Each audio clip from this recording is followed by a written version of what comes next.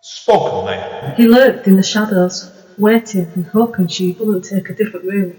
This was her usual room. He knew that. He knew her. Ghost of Me, the new book by Amanda Steele, can be found at Amazon, Kobo, Waterstones, and many, many other places. Hi guys, it's Andy N. Thanks today for downloading or streaming yet another episode of Spoken Label. As you may or may not be aware, Spoken Label was started in the beginning of 2006, and currently we have well over 150 sessions recorded since then.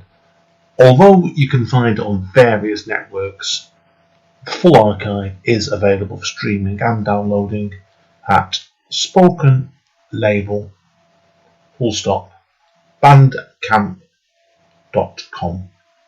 It is a free download or free streaming there, but obviously, if you feel like chucking me a few pennies that way, it'd be eternally grateful to help me keep this podcast going and keep improving my equipment, etc. Enjoy. Speak to you soon. Bye bye. Spoken Label. Hi guys, Andy N, Spoken Label, back in the house, back on Facebook chat tonight, and anyone who's an eagle-eyed listener would have noticed with Spoken Label recently, I did a magazine chat between Amanda and our friend Ali on their various perspective magazines, and it made me think really.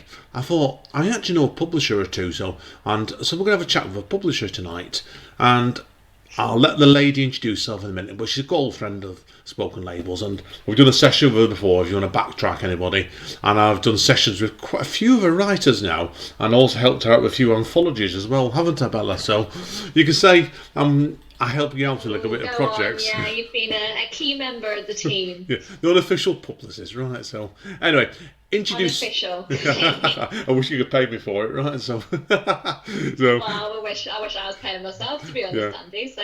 Hey ho, exactly. So, right, Bella. Obviously, introduce yourself to everybody. Tell them who was. I tell you. Hello, and what your press is, and we'll take it from there. Amazing. So, hello. My name's Belle Kenyon, or Belle.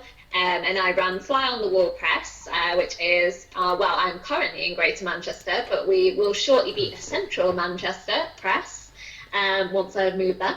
And we are a socially conscious press, which means that primarily what we do is that we work either for charities or with charitable elements, and we focus on topics across the globe that are relevant now, that often have a political nature to them. And we try and raise awareness of those issues in society. Yeah, no, it's like I think we met a couple of years ago when your first book came out, didn't it? Your mental health book. I forgot the name of it now. Yeah, but like I said, it's You're in it, Andy. I know I am. No, I know I am. I can't remember the name of the book now. I'm absolutely useless sometimes. It's called Please Hear What I'm Not Saying. That was it. Yeah. Now, just see, that's why I know we met originally through that. Obviously, that was the prelude to Fly on the Wall, wasn't it? Because Fly on the Wall Press came afterwards, didn't it? So exactly, yeah. Because I was, I didn't share my own poetry because I'd been writing for a very long time, but I didn't go to spoken word nights or publish it in book form or submitting to journals. That was all new to me back end of 2017. And so I thought what might be nice is to put together a book of my work with other people. And so I thought, why would people want to submit just a random person and do a book, and what can we do? So it came about that I thought, well, fundraise for Mind, the mental health charity, and mental health will be the theme, because I noticed that a lot of people were writing about mental health at the time. And then all of a sudden we had such a positive response. The book did so well that I went on to do another charity anthology, and then started calling myself a proper publisher. Yeah. Now that was your Planet in Peril book. No, it wasn't. It was Persona Non Grata, wasn't it? That was it. Yeah. Yeah, Persona Non Grata is next. Yeah. So that one was for crisis aid and shelter, and that one was about social exclusion and homelessness and refugee crises around the world. So that was really important and something which was close to my heart. And I think the charity element of all the anthologies that we do is still really important to me. It's something that I always want to do with the press, because that's a big part of why I started doing it.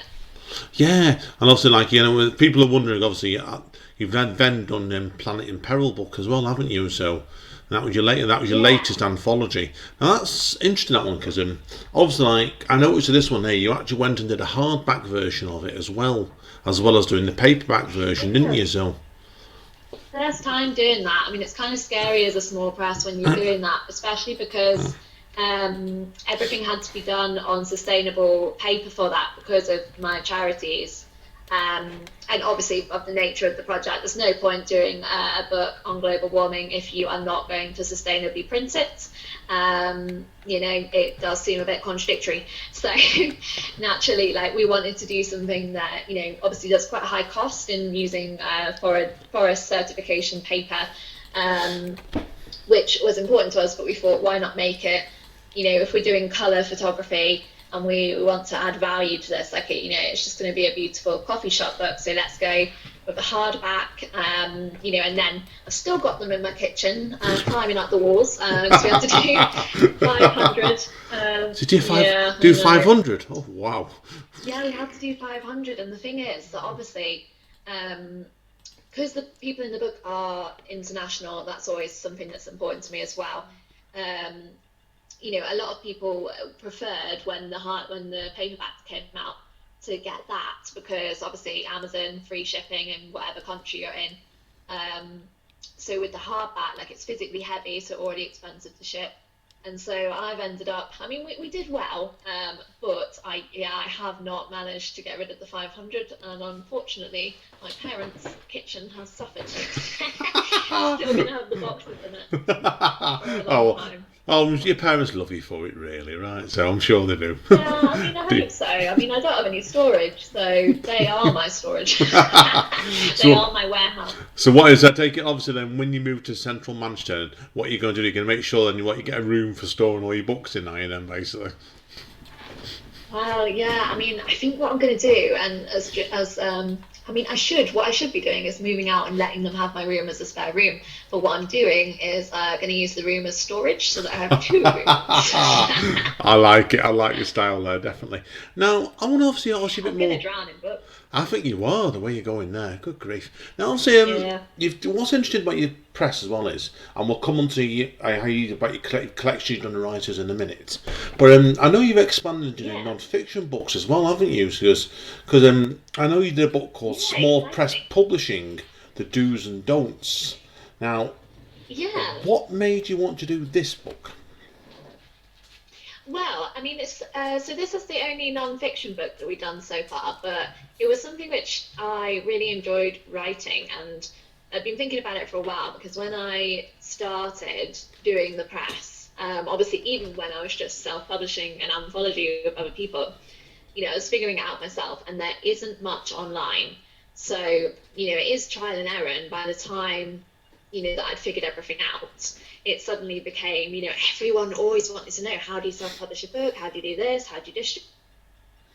And even now, it's still a thing that people will pay for your time and your consultation, and, they're really interested in how you do it, because it is, hours and days and months and years of experience. So I thought, why not? No one gave me that advice, but if I can write that down and try and collate how it does work on a small scale, because I found that there's loads of books about, say if you're going to work, I don't know, for Penguin, or for a massive press like Picador, or someone that, the way that they work and the way that career book is going to tell you the publishing house works, it's going to be completely different to how an independent press works. So I just thought, we need a book out there, because there's literally not even one. And since then, I had a publisher contact me and say, this is a great idea, I might do one. That's typical. No. That's typical. I did one. So, yeah. It's typical, that. To be honest, I'm tempted to do something on that, on the basics how I do spoken label as a podcast, and how I've developed it as a person. Right. Yeah. Seriously, I've been thinking about that for a while now, And it's you do be like I think that it's. sounds really interesting. It could be a good one to do because I've just had an article go up online actually. I'm going to be releasing it tomorrow properly now, but it's obviously about this to be a week or so down the line. This podcast done with Greg Free. Do you know a guy called Greg Freeman? That's one of the editors at Write Out Loud. I don't, but I know Write Out Loud. Yeah, Greg's the main media editor. He's a great bloke. I met him a couple of times. He's an ex-journalist for the Guardian newspaper, and he retired from it a few years ago and does all that work for Write Out Loud now as voluntary, basically. And when last time I saw Greg about 2 years ago, he was asking me about doing an article on Spoken Label for him, and I'm obviously now I'm housebound now because of the coronavirus for a bit, and I messaged him and said, "Do you want me to do this?" And I said, "Yeah, do it because it's a great time to do it because it's." Well, like I said, it's when you're in a situation like you are now, where you get people a lot of housebound. Your case is the same, isn't it? You've some degree you've got more time to doing stuff, really, haven't you? Yeah, I mean, I would like to be able to have more time to write and stuff at the moment, but because I normally work from home, and because I have I'm always in intense pain with my hands. It's like a daily struggle that I've had for like the last 2 years. They don't really know what it is, but it's vaguely RSI. That's a good way of describing the pain.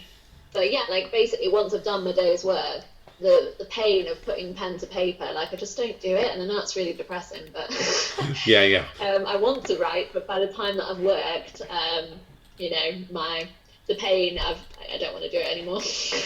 Yeah, I think as well, it's a lot of it's just down to exhaustion sometimes as well. It's like when you're on pain like that. That too. Your brain's tired, and then can you be creative? And no, it's hard work because, like Amanda, who's sat in the study next to me tonight, who's not on the podcast if anybody asks. Amanda would agree with me. She's only got a limited amount of energy herself, and I don't know how she manages to do what she does. So what you do is when you've got conditions sometimes, and your body can only take so much as a person, and that's why my youth. Better at listening to it. You do, like in your case, you took so much on with flying the wall on top of your own work yourself and working full time. Oh yeah. It was I don't know where you get the energy from. Well, I have a lot of energy because I'm very motivated for it to be the absolute best. I've been brought up in quite a perfectionist household. But also because I guess when you have very small budgets and you have big ideas, you work creatively. For example, Planet in Peril was the biggest budget project that I've had, and I was desperate to get Arts Council funding, and I did 11 applications and I got nothing. I didn't know how I was going to do it, and in the end, and also then the printer, they increased their cost by £600 last minute when I needed the books, so I had to do it, but I was fuming. But yeah, so basically it was $4,000 of my personal savings. Exactly. Oh wow! Wow. Yeah, and it was bonkers. But I was really panicked, but I made it back, and it's all fine, and we've raised money for charity, and it's literally been the best, the biggest achievement so far, combining the work of under 18s with adults and poetry and research and photography from really important ecosystems across the globe. It's been such an exciting project, and it's meant that I can travel the UK as well, because of the contributors. One of them got me a whole day basically of workshops and an open mic hosting for Planet in Peril in the Isle of Man for their Manx Lit Fest. Oh, fantastic! So, wow, that's insane. Yeah, did it with Janet Lees, who's in the book, and it was just so much fun. And I wouldn't have ever got to travel to there without the book, really, and without how topical it is. Yeah, completely. No, fantastic. Now, obviously, as well as before we go into about your current projects at the moment, I want you to tell people about as well. I know you do some author services, don't you? Which is editing and marketing services. Yeah, so this is my freelance side of it, because even though book sales are always doing better and better, and we've only been around 1.5 years, maybe 2, and yes, so obviously freelance is how I survive, but I really enjoy doing it. Basically, what I do is that I am a book marketing consultant and also freelance editor. So a lot of what I do at the moment is that I'll work with someone, mostly poetry, but fiction as well. So say if they've got a poetry book coming out in the next 2 months or something, we'll work together on sourcing reviews and PR for them over a 3 or 6 month period. And we'll look at getting them a blog tour. So that's a sustained period of reviews on each day with a tour poster. Yeah. Yeah, and in different mediums as well. So I really like having a variety of getting them things like YouTube features and in local newspapers and creating a buzz in their local community as well. There's multiple strategies, but it's just fun to work with people on what particular subject they're focusing on and reaching new audiences. Like, for example, a lot of my clients tend to be in the US. So yes. Giving them an audience in the UK is really satisfying. Oh, fantastic. Now, so I said, tell us about, obviously, the one that I'd never heard of before, and I think I've done this 2 or 3 times for you by now, if my memory's correct, and I've got one coming up for you shortly as well, is your block tours. Now, where did this idea come from? Because I've never come across this before till you mentioned it to me. Oh, nice. Well, basically, I was there's a Facebook forum called Book Connectors, which you might be on, loads of authors are on it, it's a really big community. And Anne Cater, who runs that group, she's a blog tour organiser, which is mostly for independent books. So, for example, I'm trying to think of a small press that does one. I know Wild Press do them, but things like, I think, Louise Walters' books might do them as well. But also, like, I think it's Orienda Books. But yeah, basically quite, definitely, I've forgotten the name. But anyway, independent presses or sort of medium-sized publishing houses usually do blog tours for things like thrillers or dramas or autobiographies. And it can be up to a month, but basically a review or a preview will feature on every single day on influential book bloggers page. Or it could be, say, a newspaper or, depending on what kind of forum and exposure you want. But there'll be an organizer who has a set of contacts.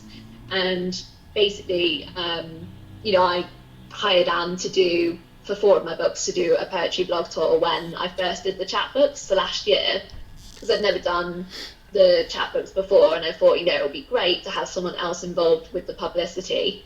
Because publicity for a book is 100% a team effort, so, I was just relieved. And so she did those for me, and I thought, over the years I've developed so many contacts to do with poetry, that I thought, a specialism in poetry blog tours is something that I could do really easily, just because I've got this list of reviewers. So yeah, we started doing that. Ah, yeah, it's a fascinating idea. So, I said that's what a lot of people tell you, Bella. Like, you've got so many ideas and like this sort of thing. Like, it was I'm quite interested in your current anthology you're asking people to submit to, Mancunian Ways. Yeah. Now, where did that idea come from? A bit different. Yeah, because basically we've got we've got 2 anthologies this year. One of them is for charity, and it's written by street children, and that one is sort of pre-written because the street children around the world have written it, and the charity has collated it, and then I'm going to work with their ambassador, who's only 21. Yeah, so it's brilliant effort. But what I thought is, traditionally anthologies have always been open, and people won't have the opportunity in 2020 to submit to us. So I thought, this is a perfect time to do something maybe a little bit different, and instead of for charity, like, dedicate it to the people in the city that I love.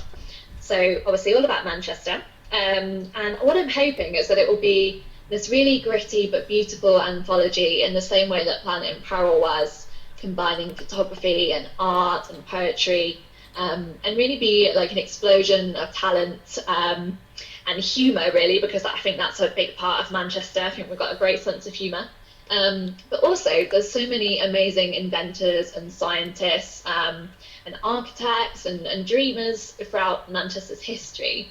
I'm hoping people will write about And you don't have to live in Manchester. You just have to know it and love it, or hate it. That's fine. I'm hoping that people will have different reactions and not just I don't know, tell me how much they love the coffee shops in the Northern Quarter, as do I.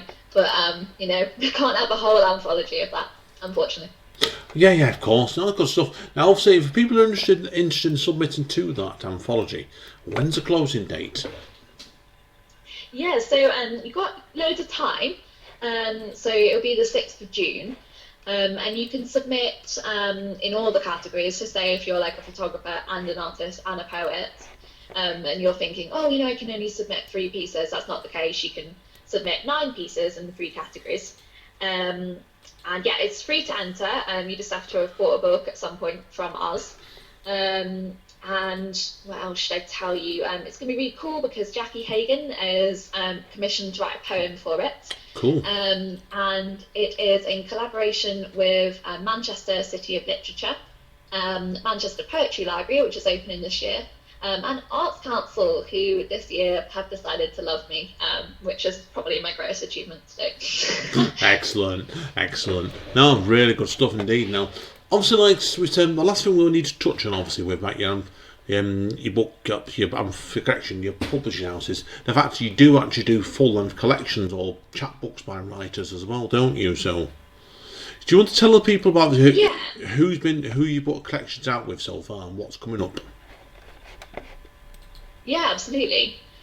So our first chapbook was in May 2018, and that was with Elizabeth Horan, who's based in Vermont. Although excitingly, in this February, came to the UK and did a UK tour, which was really exciting to be part of with her.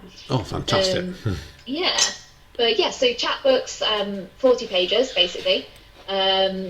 And we've published Elizabeth Bethany Rivers, who is based in Shrewsbury. And you might have heard of her because she does workshops. She's a creative writing tutor. We have published Anne Walsh Donnelly, who was really cool because it was her sort of first book and it was the first time that she'd come out as gay in her 50s. So, oh, wow, yeah. Big deal. Yeah, I remember reading about that one at the time, yeah. And also, you've also done as well, obviously, like I said, the lady podcast is coming out imminently, and I can never pronounce the name. Is it Atratica, is it? Fahe? Oh, Dinner in the Fields. Yeah. So her book came out in March, and it's called Dinner in the Fields, so very recently out. And actually on the 27th of March, we've got an eco poetry chapbook by Sam Love, who's based in New Bern in the US. Out, and he was actually part of the first Earth Day in 1970, so that's a cool fun fact for you. Cool, indeed. Yeah, so chapbooks we've got all booked up until we've got main collections as well until January 2021. Wow, impressive. Yeah, that's some going. Literally, I've got one book a month until January 2021. Wow, that's some going. That is like, I wish I could say I was bad in the podcasting. I'm not that bad, but I've got plenty coming up. That's some going. That indeed. So now, obviously, like, when do you normally put out a call then just for full collections and chapbooks if people are interested in the future of submitting? Yeah, it's going to be obviously it's still sort of settling into a thing that happens every year, just because we've not been going for that many years. But September is basically going to be a yearly thing. So it's September last year, and it's going to be September again this year, and that will be for 2021. So it will probably be open for 2 months again. That seems like a sweet spot. And if, depending on how far ahead I am with my life, at the moment I am a good amount ahead. I'm on my June books. But yeah, I might open it early in August if I am happy with how we're doing on the production line. Cool. Now, I know you've had some helpers before, haven't you, as well, with people doing but the work in the background. You had, like, was it interims, weren't you? Now, yeah, I've had a few interns. I have a few dotted about now, but they tend to sort of they'll do like a task for, say, like 2 months or something. So as much as I would love to have an intern as a full-time, or even like 5 hours a week is what I kind of hope, it's never really worked out that way yet, unfortunately, just because, of course, volunteers and busy lives. Yeah, life gets in the way all the time, doesn't it? Indeed. So, no, I get you completely there, Bella. If people want to find out more about Fly on the Wall, where are they best going? Yeah. So the website is www.flyonthewallpoetry.co.uk.